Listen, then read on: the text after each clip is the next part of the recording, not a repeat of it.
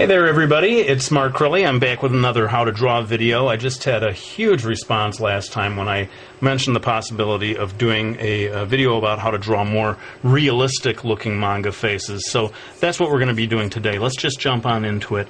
And I should warn you that this is not going to be a big line by line video where I talk about each and everything that I draw. There's just no way, you know, with doing a realistic face, it would take me forever to do a video like that, so I'm just going to do some very simple, rough guidelines here to begin with, just to get the basic shape of the head right, maybe show you the placement of the eyes, and then from there we're really going to have to just sort of do a lot of it in time-lapse. But let's get going. So I've drawn this circle here, and I'm going to divide it about in half with a line going top to bottom. Okay. And I might have that line extend a little bit to help me find some other lines down here later on. This is just the top of the head, this circle, so we're going to have to draw a jaw line that comes down from there. But let's begin by looking at this and dividing from top to bottom this into about 3 equal parts. I'm going to make a line for this bottom third, and that is going to be the kind of top of the eyes. That's going to show me where to place the eyes. Again, bear with me, this is the most boring part of the video, just drawing these lines, but we'll get on to the good stuff in a minute. This one is pretty tricky as far as guidelines go. We need to take this line here and divide it into 5 parts. Okay, so just grabbing a sort of a middle section here and eyeballing it, you can hopefully come up with 1, 2, 3, 4, 5 sections about the same all the way across, okay? From here on, I think I just have to tell you that it comes from instinct, what I'm doing here. There's no super clear guidelines. What I'm doing is I'm taking down from that circle, I'm starting to do a sort of vertical line that goes at a little bit of an angle as it comes down here, and judging almost about an equal space from here to here and down, getting that space about equal, you're going to find the chin, the bottom of the chin, right around here. And I'm going to make a line coming up here that's sort of the jaw line, but stop before I go too much further with that. So our main thing right now is to place the eyes. So let me go ahead and zoom in and we'll get into the eyes.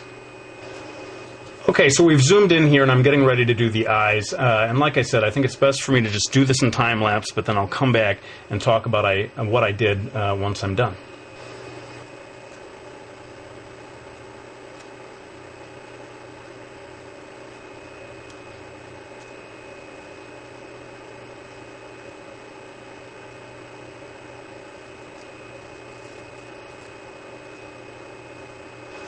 Okay, so you can see how I used the sort of dividing lines that we had come up with to place the eyes.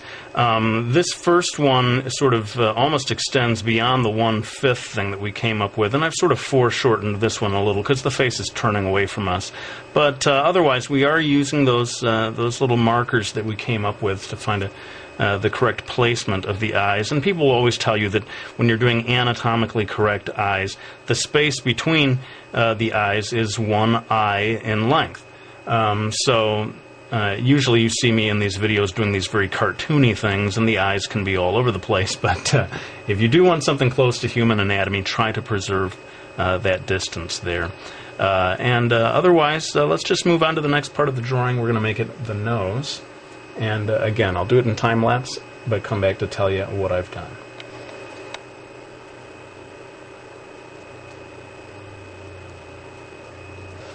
Okay, so you can see how the nose in this particular position breaks into about 4 different lines. We've got a fairly straight up and down line here, then over here coming off a little bit at a slanted angle. I noticed that sometimes this line down here at the bottom of the nose is drawn in a stronger way, a kind of a thicker line. And then it's really important, I think, to keep these lines for the nostril really light and simple. Don't start making giant circles here or whatever. You'll make your character look pig-nosed or something like that. Let's move on to the mouth, and I'll just go ahead and jump into the time-lapse and then come back to explain what I've done after it's finished.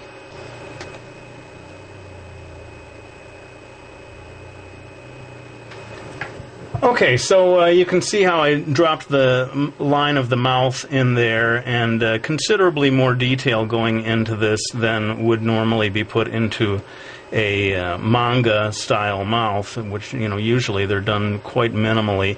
And that's part of the danger of doing a video like this. A lot of people will look at this video and say, that doesn't look like manga to me. And to be sure, it is not the kind of thing that people think of, really, when they think of manga-style illustration. But this really was based pretty closely on the line work that you see in comics like Death Note. And next time you look at a copy of Death Note, look at it closely, and you'll see that it's very close to real human anatomy. Just a few little things that remind you that it's manga. Say, for example, that the eyes, that you don't see the inside points of the eyes, that there's that white break there. And just a tendency to leave gaps in lines. That's another sort of hallmark of manga. Otherwise, let's pull back and start moving into some of the other things like the hair and the shoulders and so forth, and then we can kind of wrap the video up. Okay, so before I get into doing the hair, I'm going to erase some of these guidelines, and notice that you know, I did the initial guidelines with this Dixon Ticonderoga, which is very erasable. I did the other guidelines with, or not guidelines, but the final lines with this black Prismacolor, which is very difficult to erase. It's more of a permanent line type of a thing. So that allows me to erase only the guidelines and leave everything else there. But now let's get on with the hair. I'm going to put down just a few of the basic guidelines while I talk to you, and then finish it all up in time-lapse.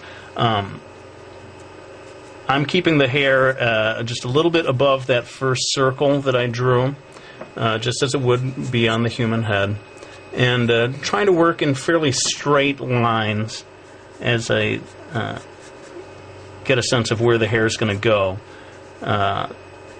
Again, this is sort of based loosely on the kind of thing that you see in Death Note, but I wasn't going to sit down and actually draw one particular Death Note character. I'm not really sure about the sort of copyright situation of doing a how to draw video like that, but rest assured, if you find this video helpful, it will get you some ideas about how to draw Death Note if that's what you want to do.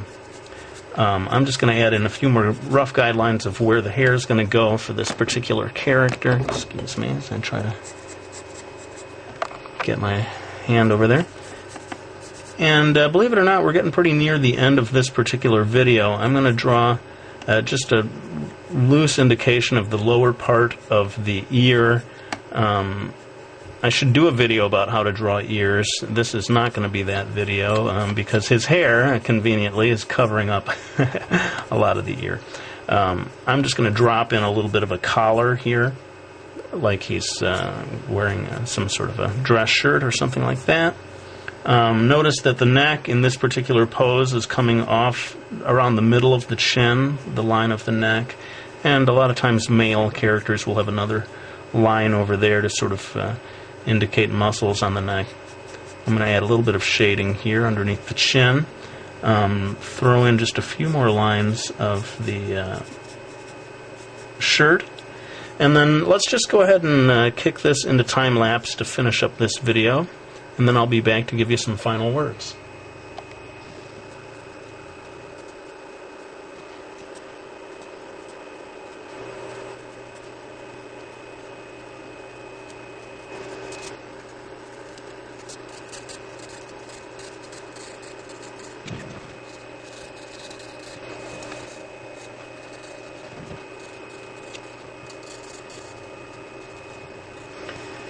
Alright, so there you have it, my finished drawing, fairly realistic looking anyway. I hope you enjoyed it. I hope you found some useful information in this video, and I want to thank everyone who has bought my manga series, Miki Falls. I greatly appreciate your support, and if you can't find it in your local bookstore, please remember that you can ask them to special order it. It always breaks my heart when I hear from people who say, oh man, I've been driving around from place to place, 5 different stores, I still can't find it.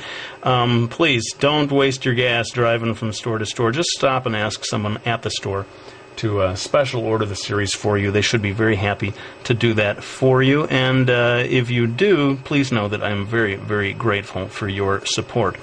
Well, that's about all the time I have for today. I really want to thank you for watching this video. I hope you found it useful, and please know that I will